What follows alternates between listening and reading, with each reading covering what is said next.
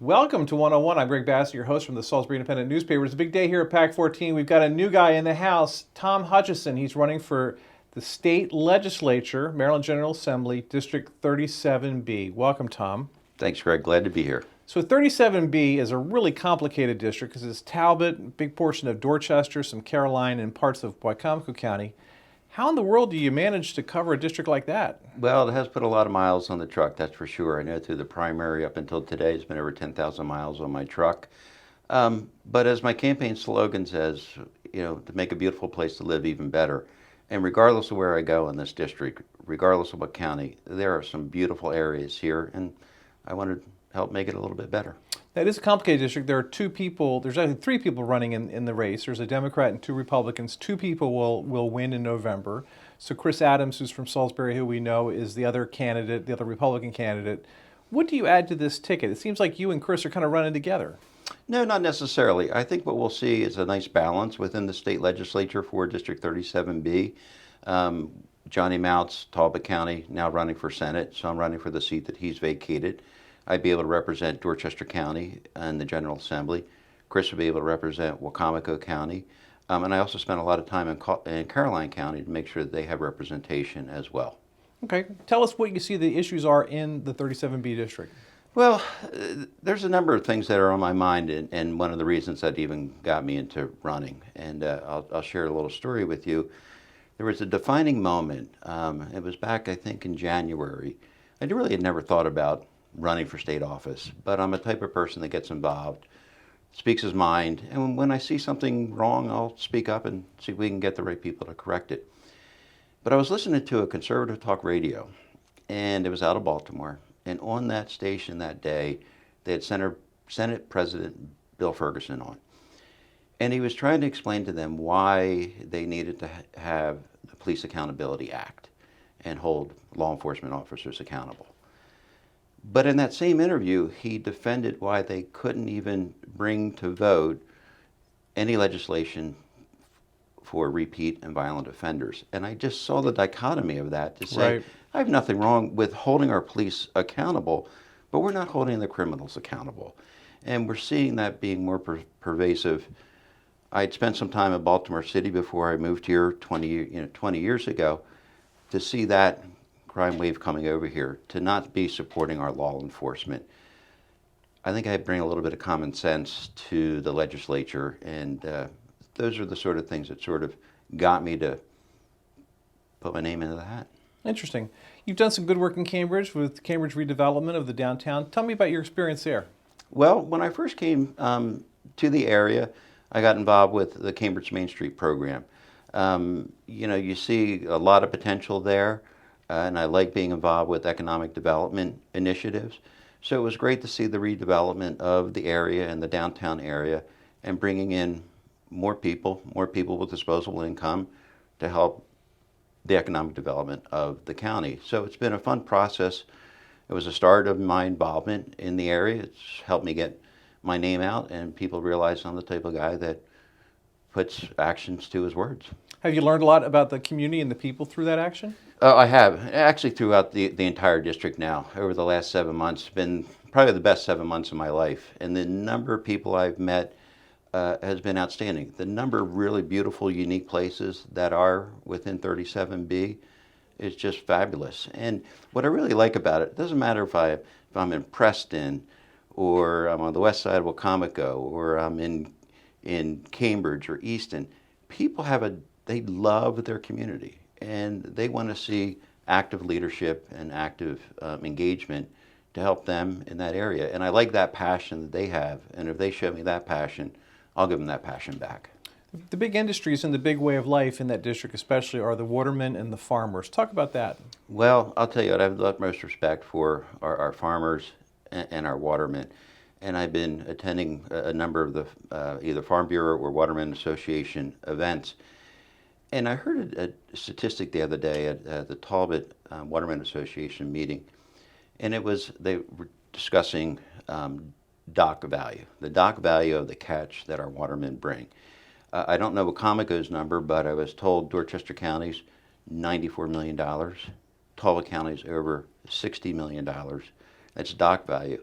Then you take that to the retail value, and you times that by 4 to get a true retail value.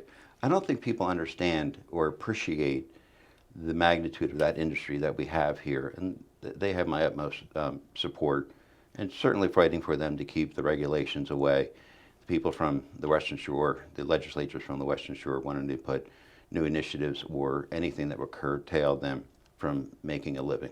Right. From covering the General Assembly, it seems like our local delegations here spend most of their time fighting initiatives that are driven by the Western Shore. Rather than being able to promote their own stuff, they're having to stop stuff. Is that a concern?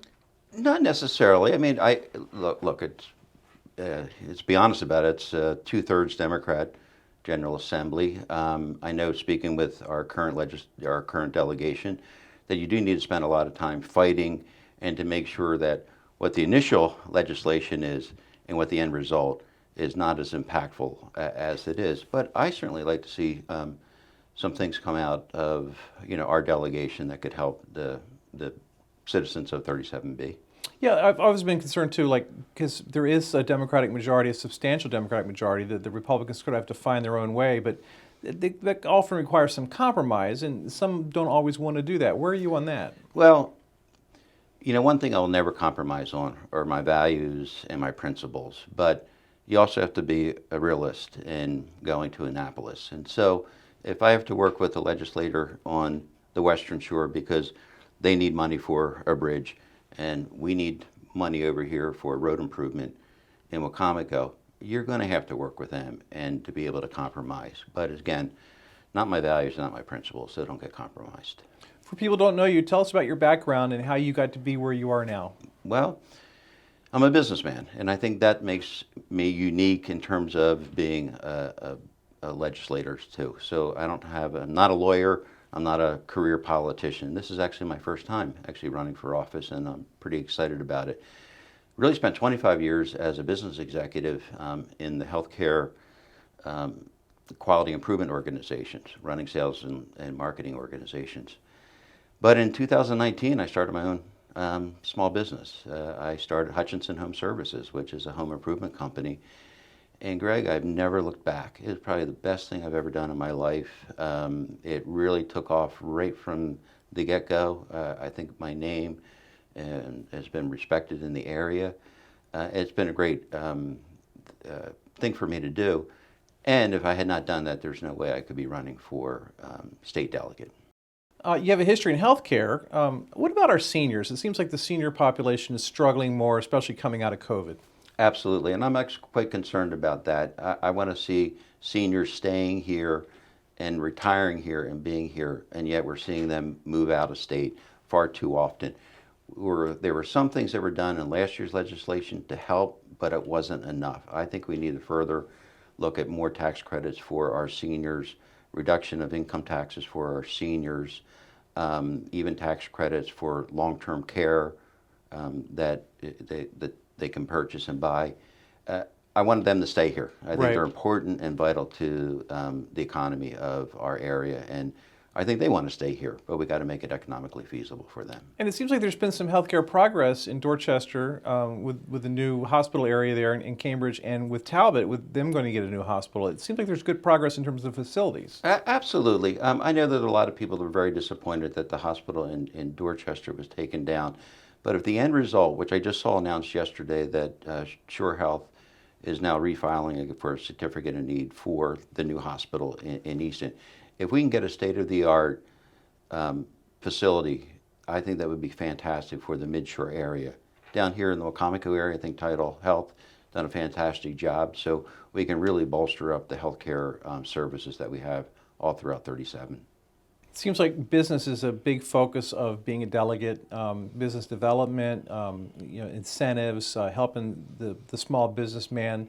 Where are you in economic development? What would you like to see happen in the district? Well, yes, I am. I do want to see economic development. I want to be able to see more opportunities for our children to stay here, have jobs, and to continue to call this beautiful place their home. I attended an economic symposium in Talbot County last week, and Anibal Basu was one of the speakers there. And during his talk, he said, that the state of Maryland is not very business friendly. And that caught my attention because you keep hearing how we're open for business. So during the Q&A, I asked him a question, what's the one thing the General Assembly could do to change that? And his response was, we really have to look at the corporate income tax. And to my surprise, he said, you know, the state of Maryland is 8% corporate income tax, but our neighbor, Virginia, is 6%. And he said, even go further down south, he said, you got 2.5% in North Carolina. That's where the businesses and the corporations are going. And he followed up and said that, you know, only 4% of the general fund is from corporate income tax. So things like that I think we need to look at to entice more businesses to come and make a home here in the state of Maryland. One of the big issues always is education. We've got the blueprint from Maryland, the Kerwin Commission report going to be implemented. It's going to be a lot of money from the state, localities. How do you feel about the blueprint idea? Well, as you said, it's a blueprint and Right. it's a great plan. But without the funding, it's still, to me, just a blueprint. So the question I have, and I don't have the answers to this, but where is the funding going to come to be able to do that? Where is the funding going to come to make sure that we are achieving that level that teacher salaries have to be in? I know I had a conversation with the superintendent of the Dorchester County Public Schools, and he was very concerned about it because he felt in order for him to get that type of funding to be able to get those salaries up to that, it would also mean layoffs throughout the system. So that's just an improper balance. So we've got to figure out where the money's going to come from to support the blueprint for success. Governor's race is real interesting. They just had their first debate yesterday between the Democrat and the Republican. I missed it, but I'll have to see it. It's an interesting thing. You need to watch it. But where do you stand on that? Are you going to support Mr. Cox, or do you want to wait and see what happens? How are you on that? Well, I am a Republican, and I'm certainly supporting our Republican candidates throughout the state. Do you look forward to working with the new governor? Obviously, we're going to have to work for, either way, it's going to be a new governor. So I'm excited to get into Annapolis and you know, make a lot of friends, learn a lot of new things, and help make an impact here in 37B. When you come back here in 4 years to run for re-election, if you do that, what do you want to be able to tell me was your biggest achievement while you were in the State House? That I provided outstanding constituency services, that the residents and the citizens of 37B who elected me to be in this position will say, you know what, Tom was there when we needed him. Tom helped us. I didn't always agree with Tom, perhaps. Tom was fair, he was reasonable, and he got things done. One of the things, especially in Dorchester, that's interesting, with the sea level rise, the projections that a lot of the county is going to be underwater. Is there anything we can do about that? Well, obviously, there's a lot about climate change that needs to be done to address that.